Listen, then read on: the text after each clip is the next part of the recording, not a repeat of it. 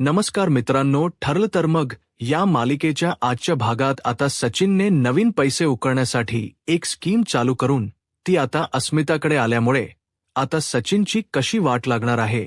सचिन आता पूर्णपणे अस्मिताकडे गेल्यामुळे अस्मिताने त्याला कुठल्याही प्रकारचा भाव न दिल्याने तो पुन्हा साक्षी जवळ येतो आणि साक्षी जवळ आल्यानंतर साक्षी त्याला एका वेगळ्याच प्रकरणात अडकवणार आहे. म्हणजे साक्षी आणि सचिन हे दोघेजणी आता मंदिरात लग्न करण्याचा निर्णय घेणार आहेत. त्यामुळे त्या लग्नाचं आता नेमकं काय रूपांतर होणार आहे. साक्षी सचिन हे लग्न झाल्यानंतर नेमका लग्नाच्याच वेळेला एक मोठा प्रसंग उभा राहून अर्जुन आता हे सगळं स्वतःच्या डोळ्याने पाहतो. म्हणजे साक्षी आणि सचिनच लग्न आता तो समोरून जेव्हा पाहतो तेव्हा मात्र साक्षी जिवंत असल्याचं सत्य अर्जुन समोर कसं येणार आहे आणि या लग्नाचं पुढे आता काय घडणार आहे हे सगळं आपल्याला आत्ताच्या या भागात पाहायला मिळेल. त्यामुळे व्हिडिओ अगदी शेवटपर्यंत नक्कीच बघा. तर मित्रांनो, आतापर्यंत आपण मालिकेत पाहिलं की बकरप्ट असलेला सचिन हा अस्मिताच्या भरोशावर न राहता तो आता साक्षी जवळ आलाय. कारण साक्षी त्याला सोन्याचे अंड देणारी कोंबडी वाटते. म्हणूनच तो जेव्हा तिच्याकडे येतो तेव्हा अस्मिताकडे पैसे नसतात. म्हणूनच तो साक्षी जवळ पैसे मागतो, तेही 5 लाख रुपये.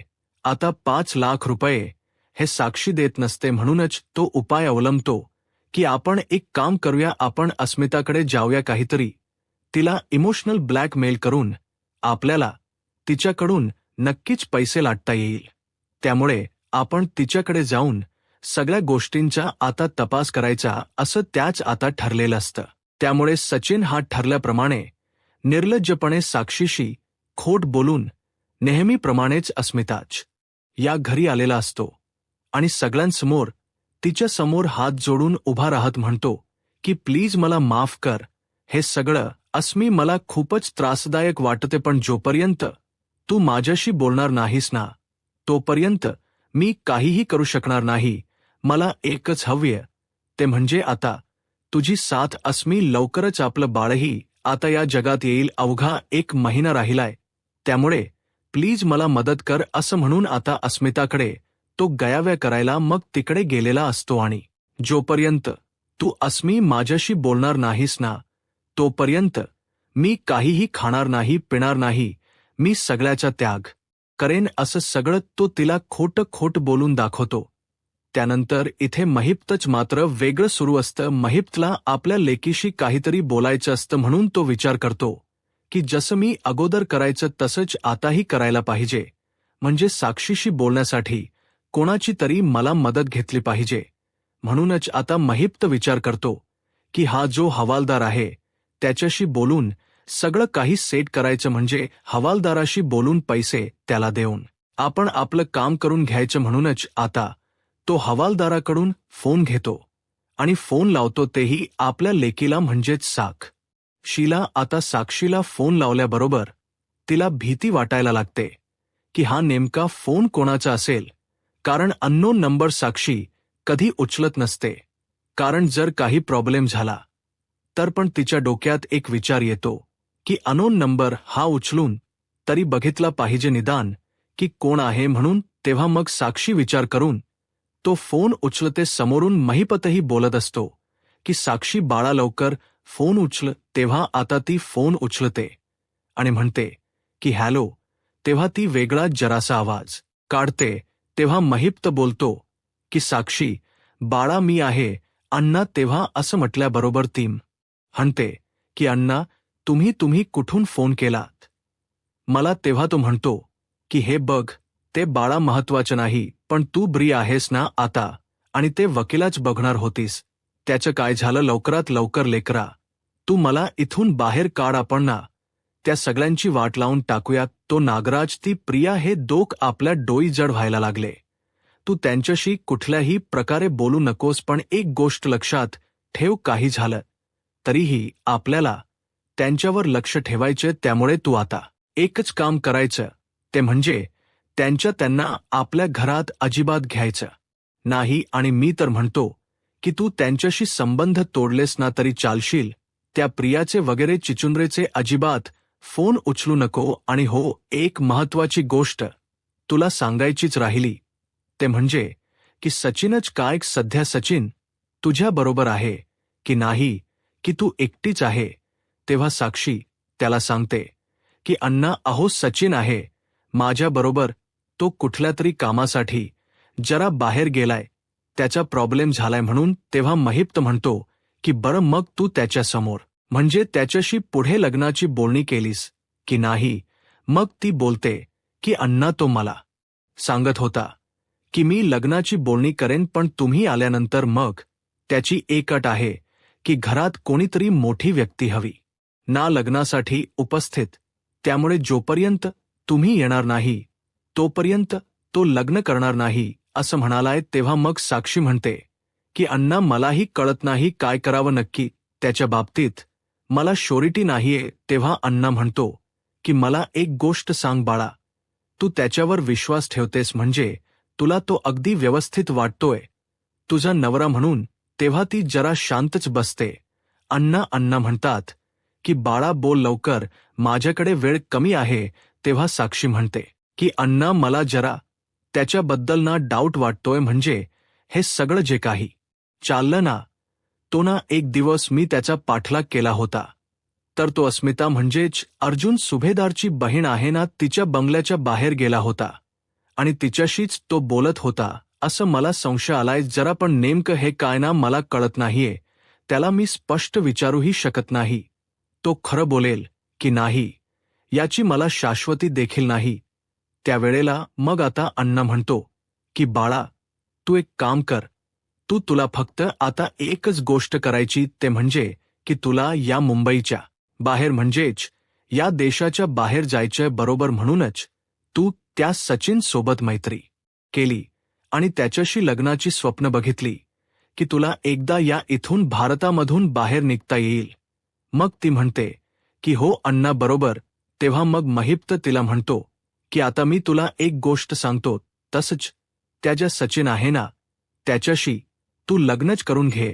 तेव्हा मग साक्षी म्हणते की अण्णा पण हे सगळं कसं तुमच्याशिवाय. तेव्हा तो म्हणतो की हे बघ बाळा, यावेळेला भावनिक होऊन चालणार नाही, तुला डोक्याने विचार करायचाय समजलं. मी कसाही इथून बाहेर पडेन, पण तुला मात्र विचार करायचा आहे की तू कशी बाहेर पडली पाहिजे. जोपर्यंत तू त्या माणसासोबत बाहेर परदेशात जाऊ शकत नाही ना, तोपर्यंत या सगळ्या गोष्टी अशाच घडत राहतील. बाकी काय करायचं ते आपण बघ, म्हणजेच तुझे जे काही बाहेरचे कागदपत्र वगैरे आपण अगोदरच बनवलेत, म्हणजे बाहेर जायचा व्हिसा वगैरे पासपोर्ट, तर त्याच काही टेन्शन नाही. पण तू मात्र त्या माणसाबरोबर लग्न कर आणि बाहेर जाऊन जा. आपलं बोलणं कसं काय होईल, कसं भेटायचं ते आपण नंतर बघू. मग त्यावरती म्हणते की अण्णा मला काळजीच वाटते, म्हणजे सचिन सोबत तुम्ही लग्न करू असं म्हणताय. तेव्हा अण्णा म्हणतात की हो, मी जसं तुला समजवलंय ना तशा प्रकारेत याच्याशी तू बोल, मग तो तुझ्याशी लग्न करायला तयार होईलच. बघ फक्त एकच काळजी घ्यायची, ती म्हणजे की हे सगळं कोणालाही कळता कामा नये, दोघांनीही लपन हे गपचूप मध्ये करायचं. तो म्हणेल तुला की तुझे कुठले नातेवाईक किंवा आणखी कोणी, तर मग त्याचा प्रश्नच मध्ये आणू द्यायचा नाही. मी तुला सांगितले त्या प्रकारे त्याच्याशी बोल, मग नंतर पुढे काय ते घडेल त्यावर. आता लगेचच ती म्हणते की ठीक आहे अण्णा, तुम्ही म्हणाल तसं मी तसंच करते, पण मला पूर्णपणे त्याच्यावर लक्ष ठेवलं पाहिजे आणि त्याने लग्न केलंच पाहिजे, असं काहीतरी मला आज केलं पाहिजे. तेव्हा मग इथे साक्षीच आणि महिप्त दोघांचेही एक वेगळंच प्लॅनिंग ठरतं. नंतर अस्मिताकडे जेव्हा सचिन येतो, तो तिच्याकडे हात जोडून त्यांच्या नात्याची माफी मागत असतो की प्लीज अस्मी, असं करू नको, मला तुझ्यासोबत आयुष्य घालवायचंय, तू माझ्यासाठी सर्वस्व आहेच, त्यामुळे प्लीज अस्मी, मला सोडून कुठेही तू जाऊ नको. तेव्हा मात्र इथे तिचं ते अवस्था पाहिल्यानंतर, म्हणजेच आपल्या नव्याची अशी अवस्था पाहून अस्मी जराशी इमोशनल होते. पण तिथून सचिनला अर्जुन बोलून दाखवतो की एक मिनिट, तू खाणार नाहीयेस, पिणार नाहीयेस, याचा अर्थ तुला जे काही करायचंय ते कर. तू तुझ्या चुकीचं जे काही प्रायश्चित्त असेल ना ते करू शकतो, परंतु अजिबातच अस्मिता हिला ब्लॅकमेल करण्याचा प्रयत्न करायचा नाही. सायली पण बघत असते आणि तिलाही वाटत असतं की ह्याचा नवीन हा कोणता तरी नक्कीच डाव आहे. तेव्हा अर्जुन बोलून दाखवतो, हे नक्की तुझं कोणतं नवीन प्लॅनिंग आहे सांग मला. तेव्हा आता अस्मिताही म्हणते की हो, मलाही काही फरक पडत नाहीये हा सचिनने खाल्लं काय किंवा नाही, परंतु हा जे काही वागलाय त्यामुळे माझ्या पोटात बाळ असतानाही माझी खाण्यापिण्यावरची इच्छा उडून गेलीत. याचं काय असं ती बोलून आता त्याला दाखवते. त्यामुळे आता तो गप्पच बसतो आणि मनातल्या मनातच म्हणतो की आता यांच्यावर कुठल्याही प्रकारचा पाजर फुटत नाहीये. जरस मी माझ्याशी बोलायला तयार झाली नाही तर मला पैसे तरी कसे उकळता येतील, काय करू मी. आता तो मनातच विचार करतो की एक दिवस तरी ट्राय करून घ.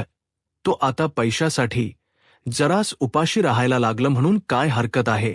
म्हणूनच मग तो उपाशी राहण्याची नाटक करू लागतो. तर अस्मिताही त्याच्याकडे बघायला लागते की खरंच माझा सचिन हा असा उपाशी राहणार आहे तर मला तरी ते योग्य वाटेल का. मला तरी अन्न जाऊ शकतं का की माझा सचिन असा उपाशी असेल. मला त्याच्यावर त्याने माझ्याशी कशीही वागली असेल तरी माझं त्याच्यावर खूप प्रेम आहे असं मनातल्या मनात असती स्वतःला सांगत असते. त्यानंतर मग आता हे सगळं करत असताना सचिन हा मुद्दाम सगळ्यांना बघतो. सगळ्यांचे जेवण वगैरे आटपलेले असते. नंतर तो स्वतःच्याच रूममध्ये काहीतरी घेऊन खात असतो. आता हे सगळं करण्यासाठी तो गपचूप आतमध्ये बसलेला असतो. अर्जुन हे सगळं नोटीस करतो आणि तो त्याच्या रूममध्ये लपून छपून खात आहे. त्या सगळ्या गोष्टी त्याला आता लक्षात आलेल्या असतात आणि तसा त्याने व्हिडिओही काढलेला असतो. नंतर मग अर्जुन आणि सायली हे त्यांच्या रूममध्ये असतात. तेव्हा अर्जुन हा सायलीला म्हणतो की सायली, किती काही झालं तरीही मी तुला एक वचन देतो, आपण एकत्र असणार आहोत कायम. सचिन जे काही वागतोय ना ते मला अजिबातच आवडलेलं नाहीये, पण मला ह्या सगळ्याचा खूप त्रास होतोय. हे सगळं आपल्या अस्मिताईच्या बाबतीत काच घडलं. तेव्हा मग सायली त्याला समजावते की अर्जुन सर, अजिबातच काळजी करू नका. हे जे सगळं काही चाललं नाही, फक्त एक वाईट वेळ आहे, तेही सरून जाईल. आणि मग अर्जुन हा सांगतो की अगं तुला माहिती नाहीये आताही तो खोटच बोलतोय. आता मी त्याला बघितलं, किचनमधून काहीतरी खायला घेऊन गेला होता. स्वतःच्या रूममध्ये अस्मिताई ही योगा क्लासला गेली आहे, त्यामुळे त्याला माहिती की ती काही लवकर येणार नाहीये. त्यामुळे तो स्वतः तिथे रूममध्ये बसून खातोय. सायली म्हणते, याचा अर्थ त्या माणसाला अजूनही पश्चाताप झालेला दिसत नाही. मग अर्जुन म्हणतो की नाही, अजिबातच त्याला काही त्याच वाईट वाटलेलं नाहीये. तो स्वतःच काहीतरी खरं करतोय, पण तो इथे आलाय त्याच्या मागे काहीतरी रिजन आहे असं आता अर्जुन त्याला सांगत विचार करत असतो की नक्की काय रिजन असू शकतं. तेव्हा मग आता अर्जुन हा त्याच्या खोलीच्या बाजूने जात असतो. त्याच वेळेला सचिन हा त्याला फोनवर बोलताना दिसलेला असतो. सचिन फोनवर एका मित्राशी बोलत असतो की मला कळत नाहीये यार, मला खरंच म्हणजे मी काय करू खरं तर मला खूप मोठं टेन्शन आलंय. इथे मी आलोय खरं इंडियामध्ये, परंतु पैशांचे खूप प्रॉब्लेम झालेत. आता माझे पैशांचे प्रॉब्लेम कसे सुटणार आहेत काय माहिती. त्यातच एक मोठा गोळ घातलाय, त्यामुळे मला कुठूनही पैसे मिळणं हे अशक्य झाले. मी एक काम करतो, मला जरा तू प्लीज थोडे पैसे पाठवशील का. तेव्हा त्याचा तो मित्रही म्हणतो की अरे, माझे अगोदरचेच तुझ्याकडे पैसे आहेत आणि त्यामुळे तू मला पैसे ते लवकरात लवकर पाठव, माझ्याकडे प्रॉब्लेम आहे. आता सचिन असं आपल्या मित्राबरोबर बोलतो. तेव्हा त्याच्या मित्राने असं बोलल्यामुळे सचिनला आणखीनच टेन्शन येऊ लागतं. तेच हे सगळं अर्जुनने ऐकलेलं असतं. अर्जुन हे सगळं गपचूप ऐकतो आणि म्हणतो की अच्छा, म्हणजे याचा अर्थ असा आहे की याला पैशाचा प्रॉब्लेम आहे आणि म्हणूनच हा कुट बोलून अस्मिताई जवळ आलेला आहे. आता माझ्या लक्षात आलं की हा सचिन इतक्या दिवसांनी इथे का बरं आला असेल. आजच्या इगो दुखावलेला तो अचानक कसा काय कमी झाला आणि त्याच्या मनात कसं काय प्रेम उत्पन्न झालं. आता जे काही सायली आणि अर्जुन यांचे संभाषण होतं ते असं होतं की म्हणजे पैसे उकळण्यासाठी हा माणूस आपल्या अस्मिताई जवळ परत आलाय. सायली विचार करते की अर्जुन सर, आपण ना याच्यावर अगदी बारीक लक्ष ठेवलं पाहिजे. अस्मितात ताई जराशा काही प्रेमाने बोलल्या किंवा पागळल्या ना तर हा माणूस काहीही करू शकतो. हा माणूस पुन्हा एकदा अस्मिताईला गुळात घेऊन तिच्याकडून पैसे घेण्याचा प्रयत्न करू शकतो. मग सायली म्हणते की अर्जुन सर, तुम्ही काळजी करू नका या सगळ्या बाबतीत.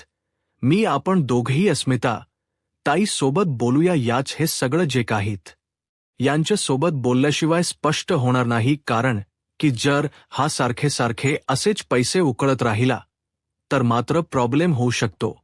आणि नेमका याचा काय प्रॉब्लेम आहे तो आता आपल्या लक्षात आलाय की हा माणूस हा नेमकं इथे काय करण्यासाठी आला आहे. तर साक्षी अण्णाने म्हटल्याप्रमाणे सचिन सोबत लग्नाची स्वप्न पाहत असते. आता सचिन हा अस्मिता जवळ असतो, त्यामुळे सारखी सारखी साक्षी त्याला कॉल करत असते आणि तो फोन उचलत नाही. म्हणून ती अस्वस्थ होते की या सचिनला झालंय तरी काय हा कॉल का रिसीव्ह करत नाहीये. इतका वेळ मी याला कॉल करते आणि नंतर मग साक्षी विचार करते की नाही काही झालं तरी आता सचिनला लवकरात लवकर मला इथे बोलावून घेतलं पाहिजे आणि मला इथून बाहेर पडलं पाहिजे. कारण की मी ज्याप्रमाणे मला अण्णांनी सांगितले त्याप्रमाणे नागराज आणि प्रिया दोघंही मला पुन्हा पोलिसांच्या कचाट्यात अडकवू शकतात. त्यामुळे मला काहीतरी करून इथून निसटल पाहिजे. तेवढ्यातच आता ती विचार करते की कोण आलं असेल. दरवाजाची बेल वाजते. सचिनने फोन उचललेला नाहीये. मग नक्की कोण असेल तिथे. त्यामुळे आता ती फोन दरवाजा उघडून बघते तर तिथे सचिन असतो. आता सचिन फायनली पुन्हा आलेला असतो, त्यामुळे तीच टेन्शन कमी झालेलं असतं. सायली आणि अर्जुन हे दोघ जणही अस्मिताशी बोलून सचिनला अजिबात एका पैशाची एका कवडीची मदत करायची नाही असं त्यांनी समजावल्यामुळे इथे आता अस्मिता फार मोठ्या टेन्शनमधून मोकळी झालेली असते. कारण नक्की सचिन का आलेला असतो, त्याचा नेमका इरादा काय होता हे त्यांच्याही लक्षात आलेलं असतं. म्हणून सचिनला त्यांनीच घराबाहेर हकललेलं असतं. आता सचिन आल्याबरोबर ती म्हणते की सचिन काय आहे, किती वेळ झाला, तू कुठे होतास. तेव्हा तो म्हणतो की मी तुला सांगितलं ना डार्लिंग की मी एका महत्वाच्या मीटिंगमध्ये होतो. ती म्हणते की पूर्ण एक दिवस. तेव्हा तो सांगतो की हो अगं मला करावी लागली कारण की माझ्या पैशांचा प्रॉब्लेम आहे ना, त्यामुळे. त्यावर साक्षी त्याला म्हणते की बरं तुझा पैशांचा प्रॉब्लेम आहे ना सॉल्व्ह झाला. ॲक्च्युली मला अण्णांचा फोन आला होता, त्यांनी पैशांची व्यवस्था केली असं ते खोट त्याला बोलते. हे ऐकल्यावर तो म्हणतो की रिअली म्हणजे ब्युटीफुल, तू खरं बोलतेस. 5 लाख रुपये मिळाले. तेव्हा ती सांगते की हो 5 लाख रुपये मिळाले, पण त्या बदलात मला अण्णांनी एक गोष्ट सांगितली. आता साक्षी पण त्याला ब्लॅकमेल करायला सुरुवात करते. तो म्हणतो की कोणती गोष्ट. म्हणजे अण्णांना ते सगळे पैसे द्यायचेत ना परत. डोंट वरी, मी तुम्हाला रिटर्न करेन तुझे ते मगाशचे त्या दिवशीचे 1 लाख रुपये आणि आज 5 लाख रुपये. डोंट वरी, मी तुम्हाला नक्की परत करेन. तेव्हा साक्षी म्हणते की नाही म्हणजे अण्णा म्हणालेत की हे परतही नाही केले तरी चालतील किंवा तू माझेही पैसे नंतर परत केले नाहीस तरी चालशील असं म्हटल्यावर आता त्याचे डोळे चमकतात. तो म्हणतो की म्हणजे नक्की काय म्हणतेस तू, मला प्लीज सांगशील का. तेव्हा ती सांगते की अण्णा एक गोष्ट सांगतायत ते म्हणजे आपल्या दोघांना लग्न कर असं त्यांनी सांगितले. हे ऐकल्यावर आता त्याचे डोळे असे उघडेच्या उघडेच राहतात. तो म्हणतो की काय लग्न आणि आपण दोघं. मग साक्षी म्हणते की काय नाही वाईट, मला कळत नाहीये सचिन, तू असं का बोलतोय. तू माझ्याबद्दल लग्नाचा तर विचार करत होतास ना. तसही तू मला म्हणालास की हे सगळं अण्णांनी क्लिअर करू दे मग आपण लग्न करू. मग आता काय. तेव्हा सचिन बोलतो की नॉट लाईक दट. मला एवढंच म्हणायचं की आपण खूप घाई करतोय असं नाही वाटत तुला, किंवा जेव्हा तुझे मामा येतील तेव्हा आपण पुढे बघूया ना काय करायचं ते. तेव्हा ती म्हणते की नो वेज, आता मी ना दुसरं काही ऐकून घेणार नाही. लक्षात घे. मला अण्णांनी स्वतः सांगितले की तू आणि सचिन दोघजणही लग्न करून घ्या आणि नातेवाईकही नको. आपण फक्त मस्तपैकी जाऊन देवळात लग्न करायचे. आपण दोघंच असणार आहे आणि फक्त आपले जे भटजी असतील ते इतक्याच लोकांमध्ये आपण लग्न आणि नंतर कोर्ट मॅरेज एवढंच करायचे. त्यानंतर मग आपण जे काही करू ते सगळं काही आपलं असेल आणि त्यानंतर पुढचे प्लॅनिंग्स मी तुला सांगेलच. पण आता मात्र आपल्याला लग्न करायचं. सचिन थोडा नकार देत असतो तेव्हा मग ती तिच्या इमोशनल ट्रम्प कार्ड प्ले करते. ती म्हणते की सचिन आता एकच गोष्ट लक्षात घे. आपल्याकडे तुझ्याकडे एकच चॉईस आहे, ते म्हणजे एक तर आता माझ्याशी तुला लग्न करावं लागेल, अदरवाईज तुला आपलं सगळं रिलेशन ब्रेक करून कायमचं मला सोडून जावं लागेल. तुला ठरवायचंय तुला काय करायचंय. असं म्हटल्याबरोबर आता सचिनकडे काहीच पर्याय नसतो. सचिनला म्हणते की सॉरी टू से सचिन, पण मला खरंच हे करावं लागेल. तू ठरव आता तुला काय करायचे. सचिनकडे आता दुसरा कोणताही उपाय नसतो, कारण की त्याला 5 लाख रुपये हवे असतात आणि त्याशिवाय त्याला ही सोन्याची अंड देणारी अशी कोंबडी हवीच असते. शिवाय पैसेही रिटर्न नाही करायचे. मग तो ठरवतो की ओके, तुला असंच हवं असेल तर मी तुझ्याशी लग्न करायला तयार आहे, कारण मी तुला कधीच सोडू शकत नाही. असं म्हटल्यावर आता देवळात दोघे जणही लग्न करण्याचे ठरवतात आणि देवळात लग्न ठरवल्यानंतर जे दोघांचं लग्न लावणारे गुरुजी असतात ते गुरुजी हे अर्जुनच्या आणि फॅमिलीला लक्षात आणतात. म्हणजेच अर्जुनची फॅमिली पूर्ण लक्षात असते आणि हा अस्मिताचा नवरा सचिन हे देखील त्यांना माहीत असतं. त्यामुळे अर्जुनला आता ते फोन करतात आणि त्यांना कळवतात की एक गोष्ट सांगायची तुम्हाला. अर्जुन जुबेदार ते म्हणजे तुमच्या घरचे जावई.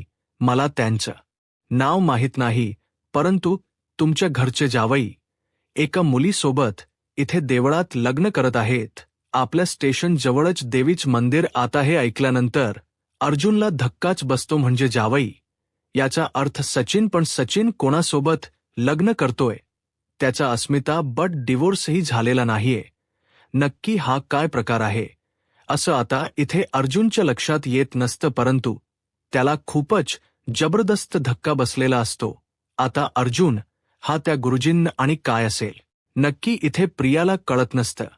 तर आता इथे अर्जुन आणि सायली जेव्हा देवळात पोहोचणार आणि सचिन सोबत जेव्हा शीला समोर पाहणार, तेव्हा आता पुढे काय होईल हे पाहायला आत्ताच माझा महाराष्ट्र या यूट्यूब चॅनलला सबस्क्राईब करा. धन्यवाद.